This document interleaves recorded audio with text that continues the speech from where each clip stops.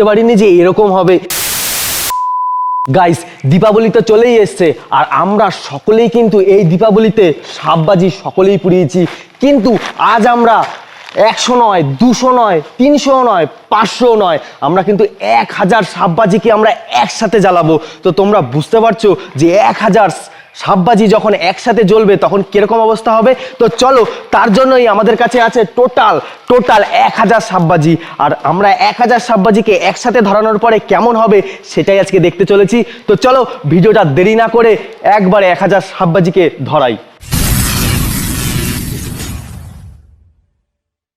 Guys, এখন আমাদের main কাজ এই প্রতিটা বাস্ক থেকে কিন্তু আমাদের এই সাপবাজির গুলিগুলোকে বার করতে হবে। পুরো 1000 পিস আছে, এবং তারপরে কিন্তু আমরা প্রায় পিরামিডের মতন সাজাবো, প্রায় পিরামিডের মতন হবে, এবং তারপরেই কিন্তু একসাথে আগুন দেবো সব কটাকে, এবং তারপরে দেখবো যে কি পরিস্থিতি হয়। তার জন্য চলো, আমাদের কিছুক্ষণ সময় লাগবে, এবং আমরা এটা কিন্তু পুরোটা সাজিয়ে ফেলবো প্রতিটা বাস্ক থেকে বের করে।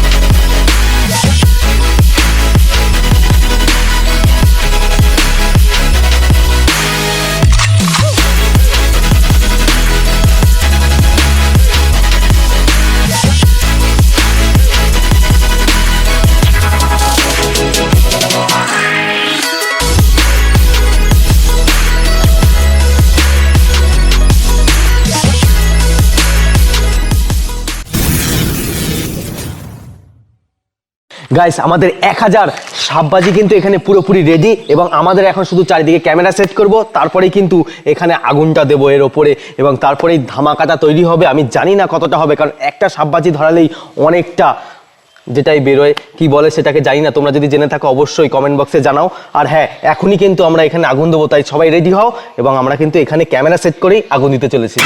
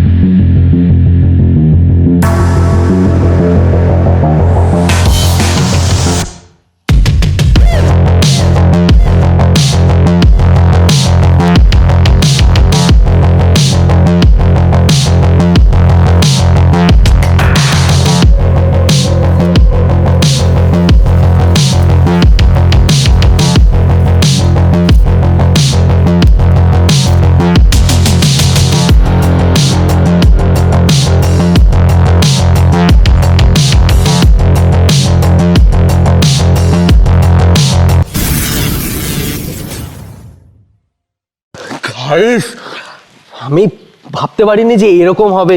সামান্য যদিও 1000 ছিল, বাট সাইজে ছোট হয়েছিল, পিরামিডের মতন সাইজটা কিন্তু ছোট ছিল। আমরা আশা করিনি যে এতটা হবে, এতটা।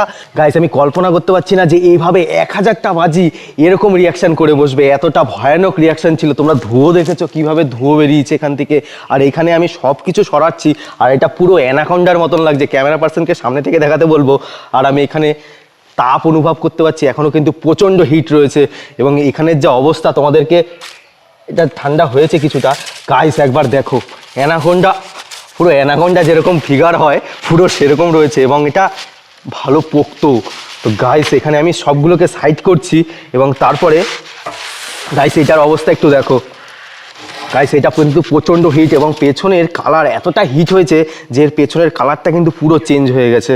এবং সামনেটা দেখাচ্ছি, সামনের অবস্থা দেখো, এবং একটা সাববাজির গুলিও কিন্তু বাঁচেনি এখানে, সব কিন্তু জ্বলে খাক হয়ে গেছে, এবং এটা কিন্তু এখনও মোটামুটি ভালোই গরম।